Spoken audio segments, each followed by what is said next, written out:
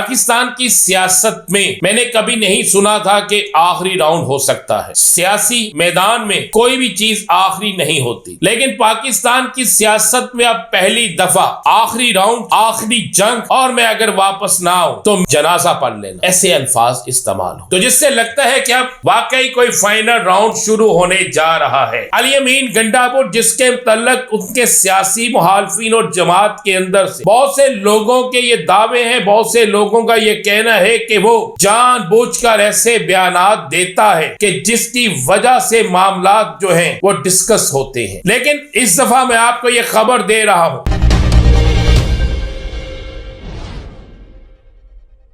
बिस्मिल्लाहिर्रहमानिर्रहीम, अस्सलातु वस्सलामु अलैका या सय्यदी या रसूलल्लाह, अस्सलातु वस्सलामु अलैका या सय्यदी या हबीबल्लाह। तमाम सुनने वालों को अस्सलामु अलैकुम। मैं हूं राना सिंह और आप देख रहे हैं Rana Singh official YouTube channel, Facebook page और टिकटॉक। पाकिस्तान की सियासत में मैंने कभी नहीं सुना था कि आखिरी राउंड हो सकता है। सियासी मैदान में कोई भी चीज आखिरी नहीं होती थी, लेकिन पाकिस्तान की सियासत में अब पहली दफा आखिरी राउंड, आखिरी जंग और मैं अगर वापस ना आऊं तो जनाजा पढ़ लेना, ऐसे अल्फाज इस्तेमाल हो रहे हैं, तो जिससे लगता है कि अब वाकई कोई फाइनल राउंड शुरू होने जा रहा है, जिससे लगता है कि अब वाकई गेम किसी और तरफ जा रही है, जिससे लगता है कि वाकई अब पाकिस्तान की सियासत में बड़ी तब्दीली आने वाली है। अली अमीन गंडापुर, जिसके मुतल्लक उनके सियासी मुखालफिन और जमात के अंदर से बहुत से लोगों के ये दावे हैं, बहुत से लोगों का ये कहना है कि वो जानबूझकर ऐसे बयानात देता है कि जिसकी वजह से मामलात जो हैं वो डिस्कस होते हैं। लेकिन इस दफा मैं आपको ये खबर दे रहा हूं कि अली अमीन गंडापुर ने जो एक रोज पहले बयान दिया है वो सिर्फ बयान नहीं बल्कि तहरीक इंसाफ के मुकम्मल तौर पर 2 रोजा सियासी कमेटी के इजलास में होने वाले फैसले और इमरान खान बानी तहरीक इंसाफ की तरफ से सख्त तरीन मिलने वाली हदायत, उसके बाद अब तहरीक इंसाफ के अंदर बयानबाजी नहीं बल्कि अमल का काम शुरू होने जा रहा है। पहले तुम आपको ये बता दूं कि जावर में जो 2 रोज मुसलसल सियासी कमेटी का इजलास जारी रहा, जिसमें पार्लियामेंटेरियन से लेकर सियासी कमेटियों के अहम तरीन रहनुमाओं ने शिरकत की, इस इजलास में यह फैसला हो चुका है कि अब एक ही बड़ा एहतजाज तहरीक इंसाफ करेगी। एक सिर्फ एहतजाज, बड़ा एहतजाज तहरीक इंसाफ करेगी और उस एहतजाज से पहले पूरे पाकिस्तान के अंदर तहरीक इंसाफ मोबिलाइजेशन करेगी, वह एक्टिव करेगी, जल्द से जुलूस करेगी, एक तहरीक की शक्ल बनाएगी और उसके बाद फिर एक फाइनल तारीख नवंबर की ही दी जाएगी। और जिस तारीख में तहरीक इंसाफ एक ऐसे मार्च का ऐलान करेगी जिस मार्च में तहरीक इंसाफ किसी सूरत में अपने मकासद हासिल किए बगैर वापस नहीं आएगी। ये मैं आपको तस्दीक शुदा खबर दे रहा हूं, जो फैसले तहरीक इंसाफ की कोर कमेटी के और तहरीक इंसाफ की सियासी कमेटी के इजलास में हुए, जिसकी तस्दीक खुद मेरे साथ गुफ्तगू करते हुए रऊफ हसन साहब ने की है, जो इनकी कमेटी के एक अहम तरीन मेंबर भी हैं और एक शोबे के हेड भी हैं। अब उसी के बाद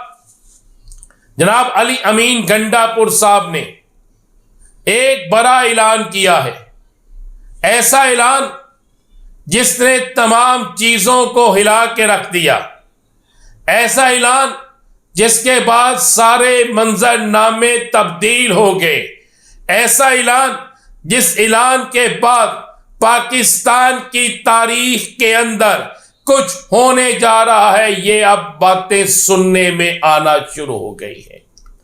अली अमीन गंडापुर ने ऐलान किया है कि अब हम बहुत जल्द आखिरी जंग, लफ्ज इस्तेमाल किया कि आखिरी जंग लड़ने जा रहे हैं। और उन्होंने कहा है कि जब हम निकले और हम वापस ना आए तो हमारे जनाजे पढ़ लिए जाएं। लफ्ज इस्तेमाल किया गया कि अगर हम वापस ना आए तो हमारे जनाजे पढ़ लेना, यह लफ्ज इस्तेमाल किया और कहा कि आखिरी जंग का वक्त आ गया है। जिसके जवाब में मरियम नवाज शरीफ ने कहा कि अब तहरीक इंसाफ सिस्कियां ले रही है, जबकि दूसरी तरफ आपको ये मैं बिल्कुल एक्सक्लूसिव खबर दे रहा हूं, वाकई तहरीक इंसाफ एक बड़ी तैयारी कर रही है। आज जिस तरह तहरीक इंसाफ का एक बड़ा ऐलान मुतवक्के है और एक रोज पहले जिस तरह सलमान अकरम राजा मुलाकात करके आए पंजाब असम्बली में अपने रुकने असम्बली से, तमाम अरकान असम्बली से, अपोजिशन लीडर के चैम्बर में, और वहां पर भी उन्हें कहा कि अब वक्त घरों में बैठने का नहीं है, अब आपको निकलना पड़ेगा, अब आपको मैदान अमल में आना पड़ेगा, अब आपको अपना आप दिखाना पड़ेगा, अब आपको एक बड़ी जंग के लिए, एक बड़ी फतह के लिए, एक बड़े मिशन के लिए निकलना पड़ेगा। इसी तरह कराची जाएंगे, इसी तरह बलोचिस्तान जाएंगे,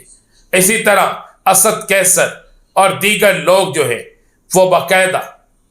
बाकायदा वो लोग मुलाकातें करेंगे दीगर सियासी जमातों से, जबकि केपीके के अंदर स्टूडेंट यूनियन बहाल करने का मकसद भी यही है। अब इन स्टूडेंट यूनियंस को आप देखेंगे कि वहां पर आईएसएफ किस तरीके से तलीमी इदारों से एक बड़ा मजमा लेकर, एक बड़ा जुलूस लेकर निकलेगी, और इसलिए कह सकते हैं कि ये जंग वाकई सियासी जंग होगी और आखिरी जंग होगी। एक बात मैं और क्लियर कर दूं, अली अमीन गंडापुर की मुलाकात का हुक्म हो गया है, उनकी आज मुलाकात भी हो सकती है, हो जाएगी, लेकिन अली अमीन गंडापुर को इस मुलाकात से पहले ही सख्त तरीन हदायत इमरान खान की तरफ से मिल गई है, और हदायत यह है कि अब कोई भी मकसद हासिल किए बगैर वापस नहीं जाएगा, अब कोई भी अपने कारकुन को अकेला नहीं छोड़ेगा, अब कोई भी शख्स मैदान से पीछे नहीं हटेगा। आपको मैं फिर ये बता रहा हूं, हदायत ये मिल गई है अली अमीन गंडापुर के लिए कि कोई भी अब मकसद हासिल किए बगैर वापस नहीं जाएगा। गिरफ्तारी होती है तो होने दें, लाठी चलती है तो चलने दें,